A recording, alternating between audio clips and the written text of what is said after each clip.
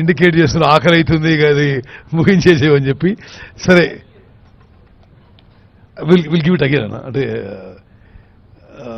Will give a break and take it. విలేకర్ మిత్రులకి నేను ఒక 2-3 minutesలో బేసికలీ సమరైజ్ చేస్తాను. ఆ తర్వాత మనం బ్యారేజ్ విజిట్ కూడా చాలా ఇంపార్టెంట్. ఈఎన్సీ గారు ఆ మీడియా కూడా ఆ బ్యారేజ్ విజిట్కి పర్మిట్ చేయండి. ఎక్కడి వరకు అయితే సేఫ్టీ లిమిట్స్ ఉండో అక్కడ వరకు పర్మిట్ చేయండి. వాళ్ళు కూడా విజువల్స్ తీసుకోవాలి. ఆయన సరే 2-3 విషయాలు.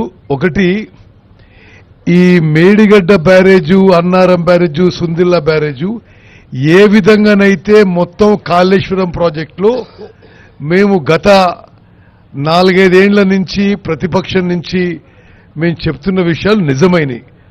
అంటే lack of design, lack of quality, lack of construction, lot of అది ఏ విధంగా ఎన్ని కారణాలు కలిసి వచ్చినాయి. కానీ చివరిగా ఇన్ని లక్షల కోట్ల అప్పులు తీసుకొచ్చి ఇంకా 10,000 కోట్ల బిల్లులు పెండింగ్ ఉండి అసలు అది కట్టిన కారణం ఇప్పుడు పూర్తిగా ఫెయిల్ అయినట్టే. అంటే నేను ముందు చెప్పినట్టుగా మేడిగడ్డ, అన్నారం, సుందిల్లా బ్యారేజీలు 3 కూడా వాటర్ స్టోరేజ్ చేసుకుని ఎంతో కొంత కనీసం స్టెబిలైజేషన్ ఆయకట్టుకి ఇవ్వలేకుంటే మొత్తం ప్రాజెక్ట్ మీద పెట్టిన అమౌంట్ అది ప్రస్తుతానికి ఐడిల్గా ఉన్నట్టే, ఆ ఇంట్రెస్ట్ బర్డెన్ మన అందరి మీద పడుతున్నట్టే.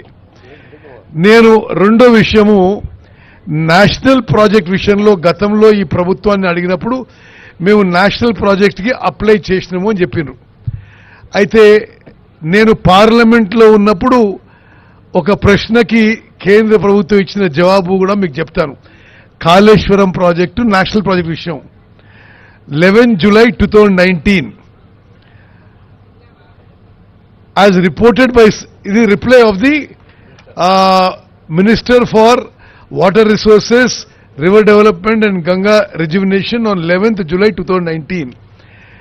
As reported by Central Water Commission, Chief Minister of Telangana, via letter dated 11th February 2016, requested that Kaleshwaram project be accorded status of national project.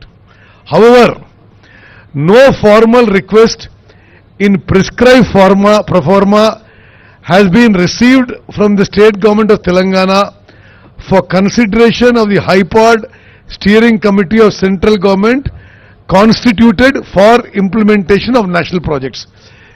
ఈ విషయం చెప్తున్నానంటే అక్కడున్న బీజేపీ, ఇక్కడున్న ప్రభుత్వం వాళ్ళు కాళేశ్వరం నేషనల్ ప్రాజెక్ట్ తీసుకొచ్చే దాంట్లో నిర్లక్ష్యం వహించారు.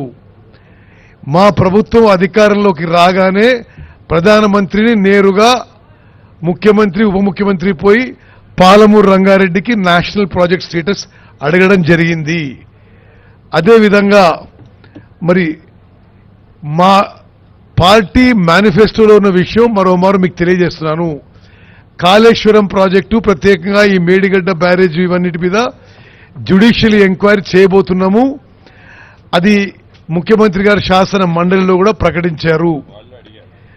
రెండో విషయము, పాలమూరు రంగారెడ్డికి నేషనల్ ప్రాజెక్ట్ స్టేటస్ కోసం కొట్లాడతాము. మూడో విషయము, ప్రాణహిత చేవెళ్ల ప్రాజెక్టు ఏదైతే ఈ గవర్నమెంట్ పూర్తిగా అబాండన్ చేసిందో, ఏ ప్రాజెక్ట్ అయితే కాస్ట్ బెనిఫిట్ రేషియో బెటర్గా ఉందో ఆ ప్రాజెక్ట్ని చేపట్టబోతున్నాము. మరి చివరిగా ఒక విషయము, బ్యారేజ్ విషయం. ఇంక నేను ఎక్కువ పోకుండా ఎక్కడ తప్పనిసరిగా లోపం జరిగింది. ఇప్పుడు నేను ఇది అయినాక, నేను ఇరిగేషన్ మంత్రి అయినాక నేను సరే బ్యారేజ్లు స్టడీ చేస్తున్నా. బ్యారేజ్లలో సాధారణంగా మీరు ధవళేశ్వరం బ్యారేజ్ కానీ, ప్రకాశం బ్యారేజ్ కానీ, భారతదేశంలో ఉన్న అన్ని బ్యారేజీలు కానీ, ప్రపంచంలో బ్యారేజీల్లో స్టోరేజ్ కెపాసిటీ ఎప్పుడూ 2-3 TMC కంటే ఎక్కువ ఉండదు. మరి గతంలో ఎవరు ఇరిగేషన్ మంత్రులు మీకు తెలుసు. ఆయన్నే డిజైన్, ఆయన్నే కన్స్ట్రక్షన్, ఆయన్నే ఎంత నీళ్లు పెట్టాలి, ఎంత నీళ్ళు వదిలిపెట్టాలి అంతేనే చెప్పేది కదా. 16 TMCలకి డ్యామ్లేమో నీళ్ల స్టోరేజ్కి, బ్యారేజ్లేమో to regulate and divert water flow. Barrage కట్టి 16 టీఎంసీ దాంట్లో వాటర్ స్టోరేజ్ చేసే వరకు రిపీటెడ్గా అది మొత్తం కాన్సెప్ట్, డిజైను, కన్స్ట్రక్షన్ అన్నీ ఫెయిల్ అయిపోయి ఈరోజు మొత్తం కూడా తెలంగాణ ప్రజల మీద ఎవరు ఊహించని భారం పడుతున్నది. అంటే ఇన్ని లక్షల కోట్ల ఖర్చు వృధా అయ్యే ప్రమాదం ఉన్నది. ఈ విషయాన్ని కూడా యావత్ తెలంగాణ ప్రజలకు తెలియజేస్తూ ఈ విషయంలో మరి ఏ విధంగా ముందుకు పోవాలనో ఇప్పుడు ఈరోజు మన దృష్టికి వచ్చిన విషయాలు, అదేవిధంగా నిపుణుల అభిప్రాయం తీసుకొని జ్యుడిషియల్ ఎంక్వైరీ చేస్తూ అదేవిధంగా మేము మా ప్రభుత్వం ముందుకు పోతుందని చెప్పి మీ అందరికీ మనవి చేస్తూ ఈ ప్రాణహిత చేవెళ్ల కాళేశ్వరానికి మార్చడంలో నిస్సందేహంగా అది నీటి లభ్యత ఇతర విషయాల కంటే రాజకీయ కోణం, ఇతర కోణమే ఎక్కువ కారణం అని చెప్పి మా సందేహం ఇప్పుడు అది క్లియర్ అయిపోయింది. ఓకే మిత్రులారా, ఇది ఈరోజు ఈఎన్సీ గారి ఇతర ప్రశ్నలకి కూడా వారు రాసుకొని మళ్ళీసారి రివ్యూను రైటింగ్లో పంపించమని చెప్తాం. ఎందుకంటే ఇప్పుడు మనం లంచ్ బ్రేక్ తీసుకొని 15 మినిట్స్లో మేడిగడ్డ బ్యారేజ్ బయలుదేరదాం. ఆడికి పోయి మళ్ళీ వచ్చి హెలికాప్టర్లో అన్నారం బ్యారేజ్ పోయి అది చూసి హైదరాబాద్ పోవాల్సింది. కాబట్టి మేము ఇప్పుడు అంటే ఎక్కువ సమయం ఇంకా ఉండలేకపోతున్నాం. ఎల్ఎన్టీ వాళ్ళు వచ్చారు, నవయోగ వాళ్ళు వచ్చారు, ఆఫ్ఘాన్ వాళ్ళు వచ్చారు.